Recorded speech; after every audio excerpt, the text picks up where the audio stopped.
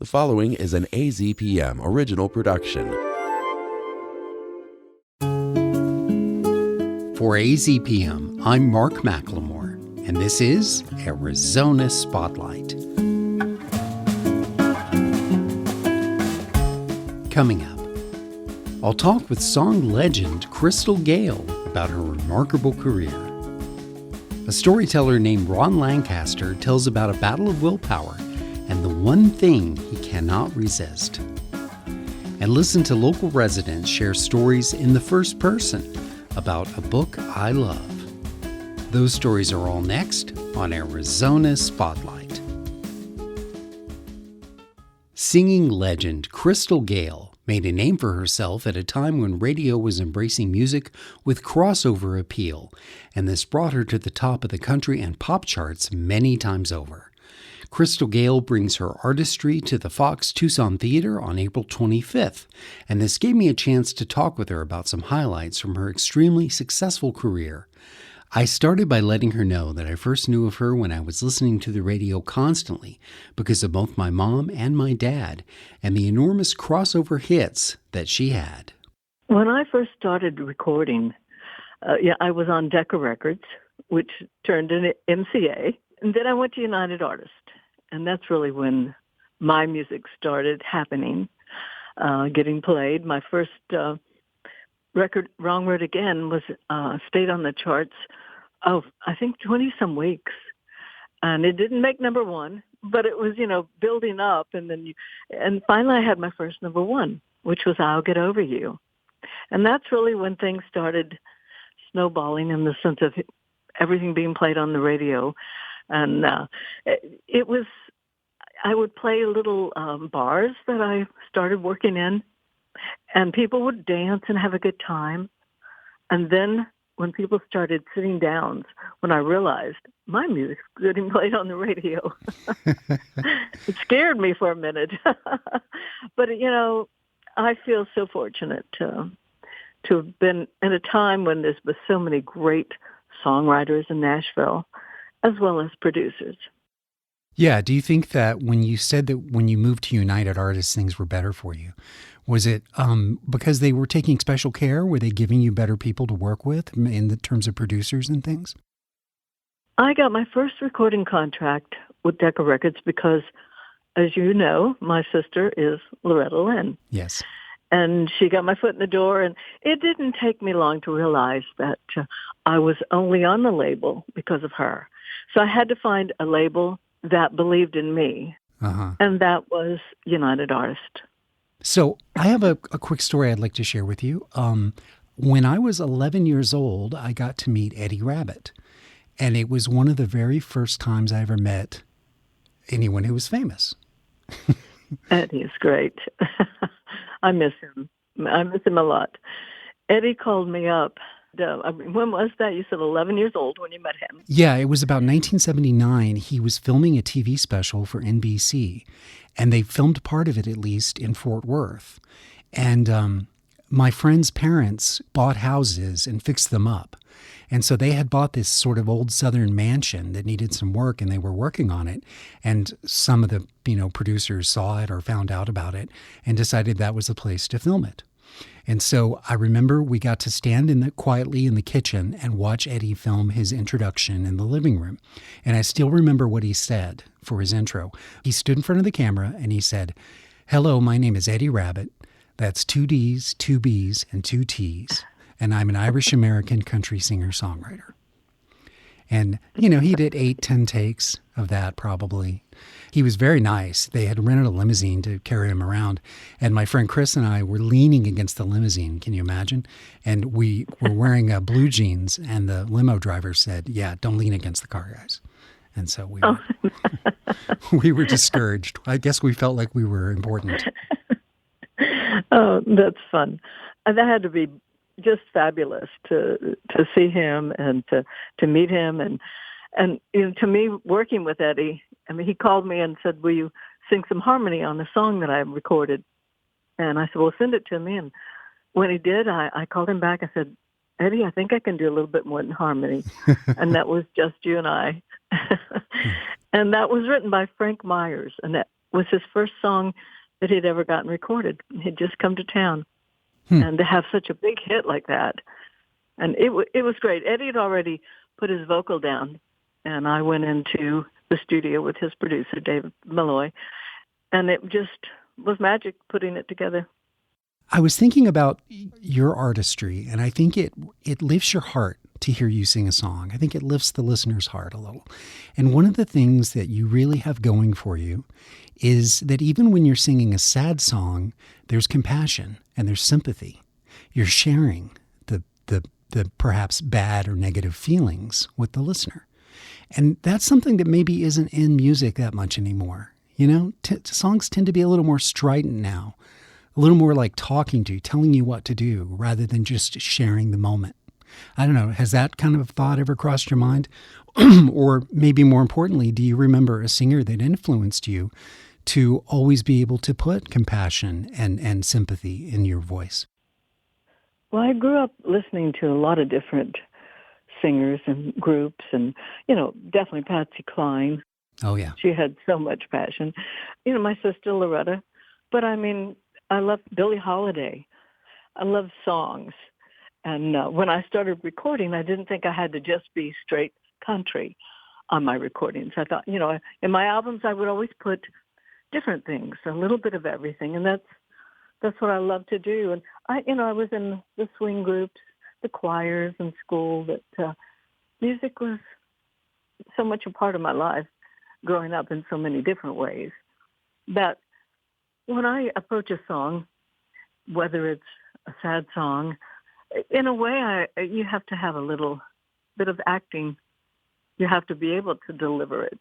Mm-hmm. Because I've always said if I had all the heartache that I've sung about, I would be in poor shape. Yeah.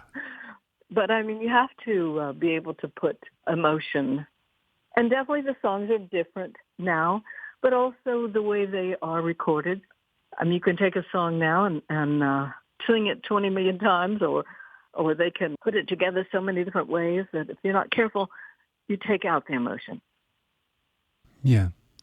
Are there any artists on the scene right now that you've thought about collaborating with, or maybe even have collaborated with and I don't know about it? I haven't collaborated with any of the new artists that's out there, but I sure would love to. There's so many, and they're going in so many different directions, and I see what they're doing, and they're having great time with it, and I remember those times where it was so you're so busy, you don't know what you're doing, you don't know what state you're in. Mm-hmm. But those are fun times, and if the song worked and it was right, I would do it. When you're doing a set, like what you're going to be performing at the Fox Theater coming up on April 25th, do you work from a planned song list, or are you a little more open to improvisation when it comes to choosing what order to do your hits in? We have a list, and it just depends where we're at.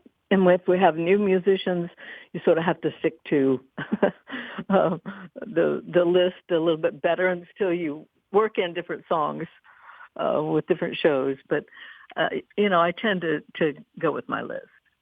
What is it? And, who knows? If somebody requests something, I feel like, okay, they can remember this or pull it out or whatever. We can do it as well. What is a song that you have never gotten tired of? Is there a tune you can mention that is still an old close friend? I will have to say, and most people, oh, she's just saying that, but Down on My Brown Eyes Blue is a song I will never get tired of singing. It's so well written. It's a masterpiece of a song. He wrote this song, and Alan Reynolds, my producer at that time, he had went to Richard's house to listen to some of the songs he'd written. And at the end, he said, do you have anything else? And he said, well, I have one more song, but we're going to send this to California on Monday and for some people to listen to. And he said, well, play it for me anyway. And when he played it, he said, you're not sending that one anywhere. So we almost lost that. The one thing about Alan, he's a great song man. He knows a hit. He wrote Wrong Word Again, Somebody Loves You. He wrote Ready for the Times, and We Must Believe in Magic. So he's a songwriter, and he knew this song was a special song, And it was the very first take in the studio when the machine went on. I mean, we recorded it again, but what went on the radio was that first take.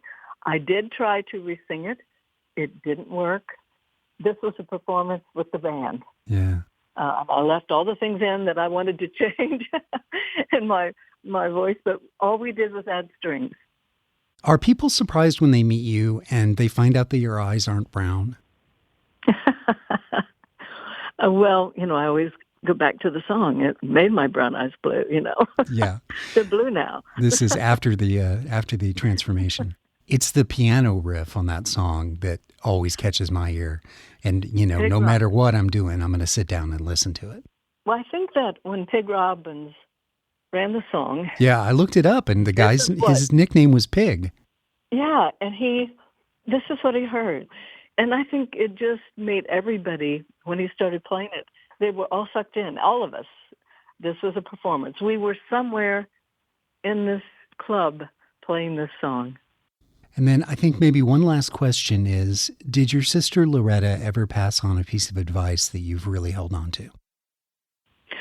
Well, the main advice, I think, is she wanted me to be my own person. So she would tell me not to sing anything she would. And that might be why I was more MOR, more middle of the road, easy listening. Because, she knew the business. And she knew I had to go an area that she didn't, so we wouldn't be compared. Well, I told my mom and dad that I was going to be talking to you, and they were both thrilled. And that was weeks ago when I first found out. So every time I talk to them, they're like, have you talked to Crystal Gayle yet? Oh, that's sweet. Yeah. Well, you have to tell them I said hello. Also, in our interview, I learned that Crystal and her husband Bill are longtime visitors to the Tucson Gem and Minerals shows. She told me if she puts her hair up under a hat, she rarely gets recognized, and you can see many signs of Southwest glamour in her style to this day. Crystal Gayle brings all of her hit songs to the Fox Tucson Theater on April 25th at 7:30 p.m. There's something very powerful about a single voice sharing a true story. It gives a chance for the storyteller to let their personality shine and forge new connections with anyone who listens.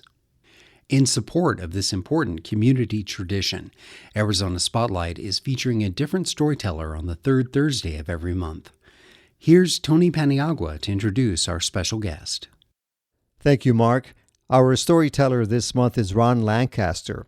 He is originally from Cincinnati, Ohio, but moved to Tucson as a child with his family. In 1967, after serving in the U.S. Army in Germany, he moved to the Los Angeles area because his father had helped him get a job at Hughes Aircraft Company. Ron Lancaster's story takes place there. This story is called The Crumb Donut. And before I start, you should know that I have a special feeling for crumb donuts. I've loved them. And every time I see one, I try to buy it and eat it. So it's like a love affair. Years ago, when I got out of the Army, I got a job in Los Angeles at Hughes Aircraft. It was a big place. I was going to be a budget analyst. And before I reported into the office, I went to the cafeteria because I had decided I was going to go on a diet because I was getting a little flabby. So I went into this big cafeteria and they had all kind of food there, but I had to eat a hard-boiled egg and a dry piece of rye toast. I took it out and I put it down and I sat down at this big long table. It was one where everybody could sit together. And then this very nice looking woman came out and she sat down, not across from me, but one seat over. But the thing was, she had 2 crumb donuts. 2. And I was looking at my little piece of egg, and I wanted those things. And then we just sat there. We didn't talk, maybe nod. And then a miracle happened. She got up and left, and she left one crumb donut. Well, I couldn't believe it. This was like the best thing that could happen. But I didn't know if I could take that. Now, I was on a diet. But then I thought, I can start a diet tomorrow, this afternoon, or not at all. So I decided to eat that crumb donut. And I reached over and grabbed it. And I took a big old bite. And then this girl, whose name was Jean, she returned with a second cup of coffee after I had already taken a big old bite. Came back and saw me eating her donut. And she stopped. And she said, well, I was going to let you have that. I said, well, I decided to accept it. And she laughed a little bit, and she sat down, and she was just there with her coffee, and we still didn't talk. I could not be more embarrassed because I was deciding what to do with the rest of that donut. Give her a bite or just forget it. Because after all, she left it alone, and I got it. Well, I thought I would never see that woman again. And then I went upstairs to report to my managers, and she was sitting in the middle of about 5 or 6 managers, and they had offices all around her. And I walked in, and I said, oh, no. She said, oh, no, Mr. Ronald Lancaster, I got you now. But she was laughing. And I went over there, and we started kibitzing about crumb donuts or what. And then she got up and went around and introduced me to all of the managers, but she always made a little joke. She'd say, well, Ron and I had breakfast together.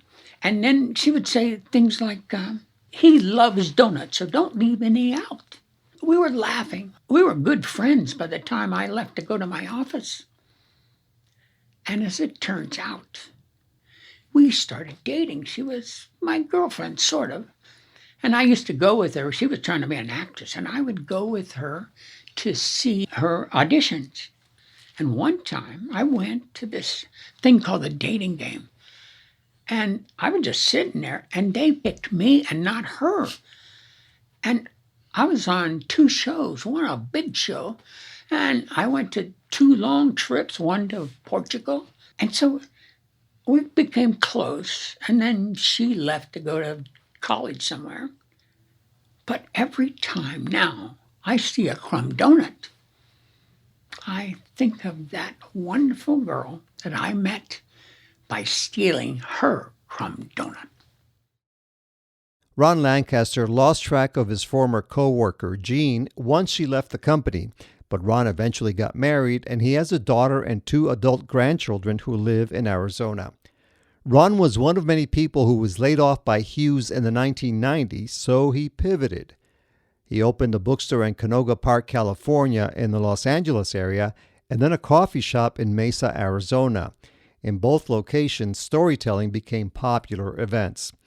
Occasionally, you can still find Ron Lancaster on stage at events held by Odyssey Storytelling in Tucson, as well as Tucson Tellers of Tales. For Arizona Spotlight, I'm Tony Paniagua. In March, an estimated 130,000 readers of all ages gathered on the University of Arizona campus for the 2025 Tucson Festival of Books. Next, we'll hear a few of them share the books that mean the most to them in this new installment of A Book I Love. Yeah, so my name is Laura, and one of my favorite books is To Kill a Mockingbird. It has a very, very unique writing in it, I feel like, and I was the younger sibling in my family, and I have a brother, and so this whole storyline in general seems like that it's about us and our neighbors, and obviously it's about the bigger picture, but you know, that was immediately that sucked me into the whole story, and it's just one of those books that you have to read it and have to kind of be there. I don't want to ruin the plot for you, so I just really recommend it. Right, exactly. Where did you grow up? I grew up in Hungary. And You found truth in the characters set in the American South to your experience there? Yes, for sure. I think prejudice and judgment are a part of our daily lives, unfortunately, no matter where you grow up. So it's just interesting to read it that way. I read it before I moved here, so I might have to reread it to answer your question completely. Yeah. My name is Zeba, and my favorite book forever and ever is To Kill a Mockingbird. I love the movie also. What's a personal connection that you have with the book? Do you think there's a lesson about life that you may have learned from To Kill a Mockingbird? I don't know, just trying to do the right thing, even if it's hard. I think that's the biggest one, even if it's unpopular. Try to do the right thing. Hi there. Hi. Can you tell me your first name? Arushi. I recently read The Silent Patient, and I really liked that one. It has a very nice plot twist that I really liked, and so I think that makes it exciting to read. What is it, a particular age range for that book? I'd say like teens and up, probably. Thank you. You sound exactly like you sound on radio. It's because I'm a robot. Could you tell me your first name, please? Patricia. And what brings you out here today? I love books. Tell me about a book that you love. I just finished reading Anne Hillerman's Lost Birds, and that was very interesting about the natives and just how they think and how they operate and how they commune with the land and that kind of stuff. So that was very interesting to me. How long have you been in Tucson? All my life. Do you think, though, that this book added to your understanding, your appreciation of the desert? Yes, it did. I've been to the North Country, which is, like Cannon de Chelly and that, but I haven't been to a lot of the places that they describe in the book, and now it makes me want to go there. Hi, what's your first name? I'm Amy.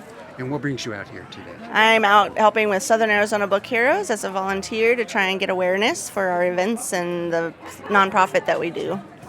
My favorite book is Little Women. I absolutely love that book. I have all different types of copies, hardbound, softbound, and it just gets me through every time I need to go back and reread it.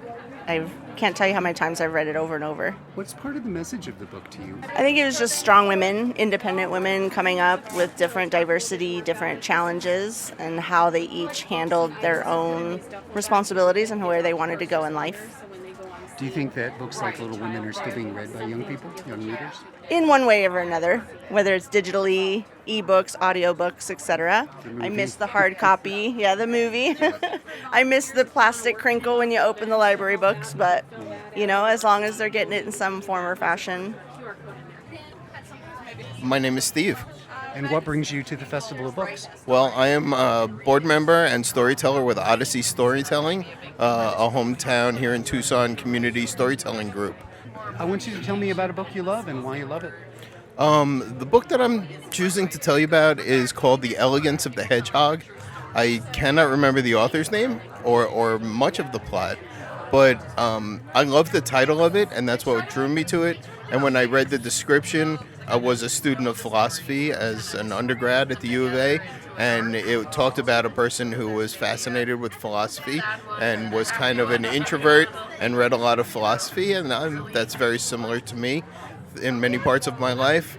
And the directions that this book took and the emotion that it had and drew out of me was overwhelming, and I've shared it with so many people who've had the same reaction to it. At first glance, the title sounds a bit comical. Why do you think the author chose that title? There is some humor to it, but the main character, I think the term hedgehog is a great description for the main character, but she's got so many layers to her, really elegant, beautiful layers, and I think the title was just perfect. Could you tell me your first name, please? Barbara. And what brings you to the campus today? This is one of my favorite events in Tucson. I've been coming here for years, and writers from all over the world come here, and there's children that are excited about books, and there's people that are in their 90s and almost 100 carrying books. I mean, it's a phenomenal event. I'm currently reading American Sonnets of My Past and Future Assassin by Terrence Hayes. He's a poet. He was just at the U of A Poetry Center a few weeks ago. I wasn't really familiar with his work, and he's He's brilliant. He's invigorating. His poems are shattering and just kind of undermine your expectations of where it's going. And I love this book. What is one thing about it that you think someone would benefit from reading, from learning from this book? Just how profound and beautiful poetry is, and how it can just disrupt the everyday. You know, we're all so busy, doing a million things, and he just stops, his work stops me in my tracks, and hearing him read, was absolutely breathtaking and mesmerizing. I'm just really loving his work. Hi, what's your first name? Irena. And tell me about a book you love, Irena. The book I love and currently reading is The Grieving Brain, The Surprising Science of How We Learn from Love and Loss. Can I tell you the author? Yeah, absolutely. Mary Frances O'Connor, and she worked here at the U of A. Why would you say that you love this book? Has it helped you deal with grief in your life? Yes, I'm currently dealing with grief. And I've gone to different workshops, whatever you want to say, regarding grieving, and they're all dealing with the 5 stages of grief from way back when, and now they're coming up with empirical science. So now it's just so much more, I guess, validating, because people have said, well, why is it taking so long? But there's different times for everybody, the length of time that they grieve and how they grieve, and we just have to work through it. And so this is very validating to me. It's not necessarily a book that I think is maybe for a person who's newly in grief, but one who has gone through it for a while and is starting to deal with it and starting to say mine was I had to make a mindset change. And once I said I need to make a mindset change, I went to this book, and it was exactly what I needed at that time. Those were the voices of just a few of the visitors to the 2025 Tucson Festival of Books. Listen for more literary recommendations in the coming weeks here on Spotlight, and thank you for listening. This show is a production of AZPM. The production engineer is Jim Blackwood. The assistant producer is Sophia Hammer. I'm producer and host Mark McLemore. AZPM podcasts are made possible in part by donations from listeners like you. Learn more at support.azpm.org. Thank you.